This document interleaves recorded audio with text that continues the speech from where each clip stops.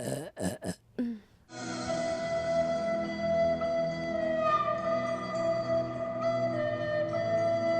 guys, EJ, welcome back to my channel. Is there a smudge on my camera? Are you clean? I don't know. Been like a few weeks since I've picked up the camera. I wanted to come on here, and I don't know when this is gonna go up, honestly, but I wanted to come on here and talk about a few things that's going on in my life right now. Nothing has really changed all that much, except for the fact that Tor and I are no longer together. I don't think I ever addressed that. I haven't deleted any videos. I'm gonna keep those up because I value the memories. I kind of just had to let him go. I do have like so much love in my heart for him. So I don't know. I don't know what's gonna happen in the future. It happened pretty recently. Right now it's November 7th. In 2 hours it'll be November 8th, and it'll be a week since we broke up. I don't really regret anything. That's maybe just one thing that I wish it's like you wish you knew what was going to happen in the future so you can plan accordingly. Like, that's my life. Like, I do have times where I'm impulsive, but when it comes to big life decisions and people and events, like, I want to plan that ahead because I just I don't like when things are thrown my way all of a sudden, because then I have to think about how I have to deal with it in that moment, and I'm not really prepared for it. It really, my emotions really do kind of spiral. You know, when I'm given like a few days, the emotions are still there, but they're just not as intense. I mean, I haven't really talked to him since then. I maybe talked to him once, but it was very short, and we've kind of just been living our lives as if, you know, we're strangers again, which hurts because despite the fact that Tor and I were only together for 10 months, it felt like I had known him for years, and he was my best friend, and I still consider him my best friend because there are so many times where I want to tell him things, but I know right now it's not a good time to tell him that stuff.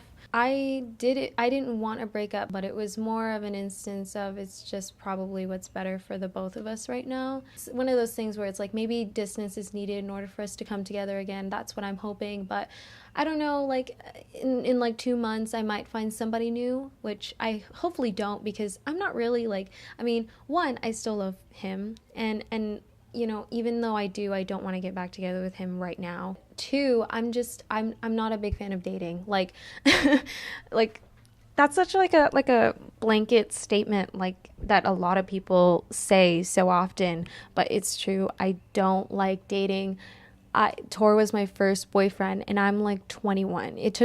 I met him before I turned 21. I started dating him in December of 2017, and then we spent most of 2018 together. I will say that I gave everything in the relationship. I tried so hard, but sometimes the other person may not be in a situation where they can give 100%, and that's something they kind of have to figure out. Before the breakup, it was like everything in my heart was saying, I don't want this. And I think that's like what a lot of people go through, because I'm so emotionally attached. I didn't want to let it go, even if it was bad for me. And I think a lot of people can relate to that. It didn't make sense to me, and it hurt a lot. I'm very proud of the fact that I'm kind of resilient. I don't really acknowledge that part of me all that often, but I am very resilient. After the breakup, I was still able to live my life and do the things that I need to do for myself. I was doing okay, and that was the first time that I realized, like, I mean, I've always known that if I ever got into a relationship and that person left, despite how long we were being together, I knew I'd be fine. But I had never been in a relationship whenever I said that, so having that feeling the first time ever and actually seeing that I was okay made me feel really proud of me, because heartbreak is not an easy thing to deal with, and everyone goes through it, you know. There's always going to be still that little like rip in my heart because of what happened, and some days I would still cry, you know, because that's the thing, like, heartbreak doesn't go away. That like stays with you. I mean, I don't think anyone's ever 100% healed from pain that they've been through. I mean, you know, there are people out there that are like, just leave it in the past. It's in the past. But I believe that some things that happened in the past shaped you to who you are today, and it helps keep you humble and reminds you of what you've been through. And I sometimes think in the past, and when things are really rough, I think about how I've made it through every single bad day in my entire life. And I'm here, and I'm still breathing, and I'm still alive, and I'm okay. You can't just rely on what happened, on what was good to keep yourself going. I mean, you can, but like the pain is also a reminder of how strong a person can be. And, you know, some days I hate this heartbreak. I hate it. Like, I don't want to be going through it. But rationally, I'm like, this will help you become a much better person, a much stronger human being. It's been almost a week since Tor and I broke up. Hi, so I'm currently editing this video and it's December 3rd. So it's been like over a month now. So just thought I'd interject that. I filmed this a long time ago. I don't know why I felt the need to let the world know about my breakup, but here we are. So just thought I'd say that. Alright, back to the video. And I'm obviously doing okay, but I haven't cried at all today. I kind of want to cry, but I can't. I'm a type of person that doesn't really like to be vulnerable around the wrong people, to just anybody. You know, I have a very small knit group of friends. I'm a very closed book when it comes to strangers, acquaintances, friends, good friends, like even close friends. I'm not too giving of what's going on in my life, you know? So I'm very selective. I've already learned my lesson last year. It really sucks. Oh my God, last year, like spring semester, I talked about him. I made a story time about him. He was the worst part of my spring. He like really hurt me, and it was a really traumatic thing to go through for the rest of the year. And then I met Tor, and then the all of most of 2018 was really good, and now I'm back where I have to heal from the pain I was given. It's kind of like that mantra of like, you know, you can't control what happens to you, but you can control how you react to it. Everyone knows that I'm a very strong person and that I can hurt. Like, I'm so emotionally aware and so emotionally sound and in tune with my emotions that like every single emotion is intense for me. If there's something that I want to deal with in the moment, but I have no choice but to kind of sit in that emotion, it's so hard. Like, like at one point I was feeling very like frazzled, and it was the middle of the day and I was home alone, and I honestly couldn't stay in my house. I literally got up and I started walking. There was a Walmart that was like 3 minutes away. I mean, it's 3 minutes away car distance, but when you're walking, it's more like 10. I didn't realize. I just started walking because I was like, I couldn't just sit in my room and just fester in this like silence. There's a stupid fly in here. God damn it. Oh my God, I thought something was moving over there. I miss him, I do. It's really hard going from talking every day to not even a hello. It really sucks, like it really does. And it almost doesn't, like from an outside perspective, it almost seems like it's not something worth to be hurting over because we weren't even together for very long. But again, like we had a connection that it felt so much longer than that. Nothing and no one's ever promised.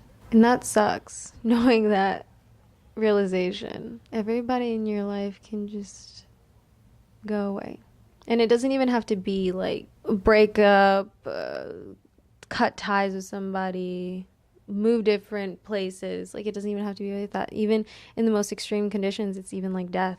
And you can be so prepared for that, but you'll never know until it actually hits you. And then you have to kind of learn how to deal with it realistically then, because it's actually happening, you know? Like I always think I'm prepared for when one of my parents die, or when my brother dies, or when my best friends die, or when they go away, they leave my life.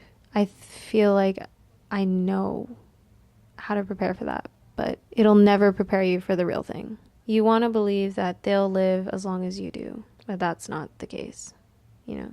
The more aware of it you are, the more easier it'll kind of be to deal with. It's never going to be not painful. It's gonna hurt in some capacity. But even when we lose somebody, and we know that they weren't promised, it still hurts. And that's why I feel like when you realize that nothing's promised, you have to kind of be more humble and grateful, because even though, my two best friends and, my two close friends, even though I know they're not going to die tomorrow, that's always a possibility. And you want to make sure you're not leaving things unsaid and you're not leaving any unfinished business.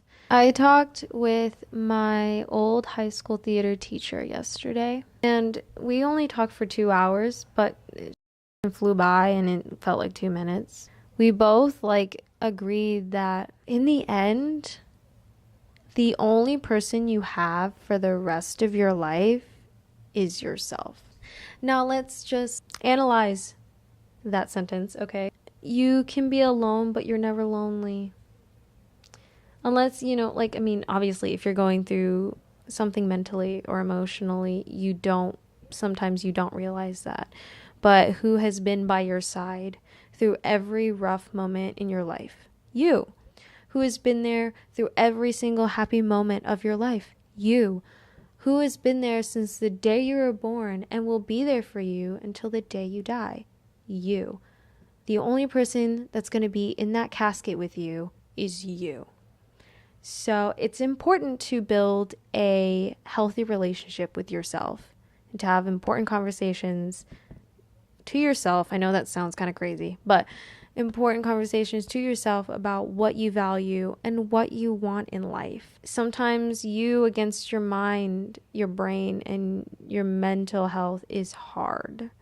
Sometimes you guys aren't on the same wavelength, but you gotta learn to connect with yourself, and I don't know what my hand's doing, and to bond with who you are and find that self-love and self-preservation and self-realization, and learn to be married to who you are.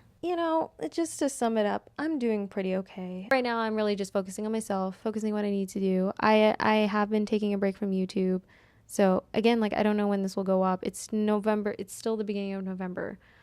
So this might, I don't know, depending on how long this break goes on, this might be up before December. This might be up at the beginning of December. Who knows? I don't really know. Right now, what's in my mind, the goals that I have are, I just want to be financially stable. That's really what I'm looking forward to right now. Obviously, I want to live life and to be happy and spend time with the people I care about, but they're also trying to achieve their dreams and be financially stable as well. So a lot of the time they're working, they're going to school. So, there's so much time in my day that I have to be doing something too. So I want to work on being financially stable. So I have some options out there and I'm looking, and one of the biggest things in my head is I'm just really excited to find something that makes me happy, that I love doing, and helps me be financially stable to the point where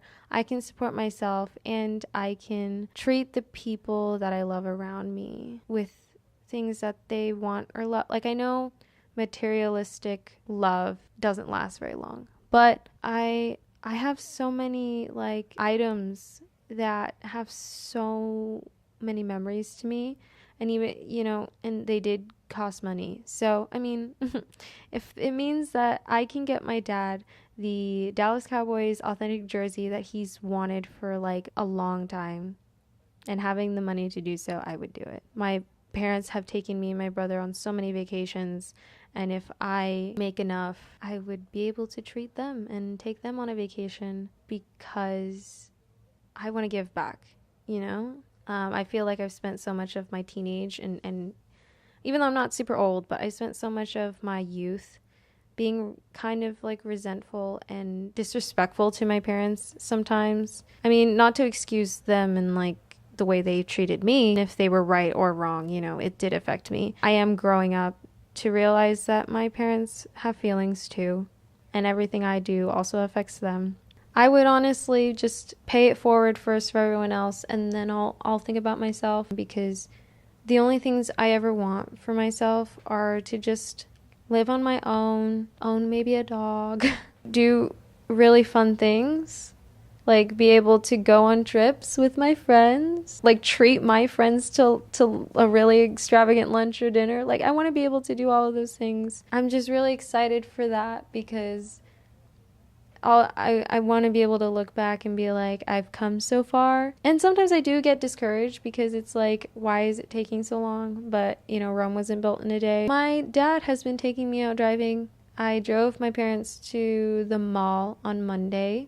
My parents and my brother to the mall. I drove us there. I have some things to work on, obviously, but I'm a new driver. I just hope that I get my license soon, because that will be a game changer for me.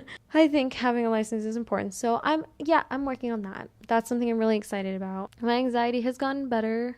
I haven't really had like a big panic attack, and I'm really thankful. I'm really grateful, like all around, just with like my entire life. Like I never ever feel unloved. I mean, my mental health sometimes tricks me to believe that, but I'm not. Like I hear it all the time.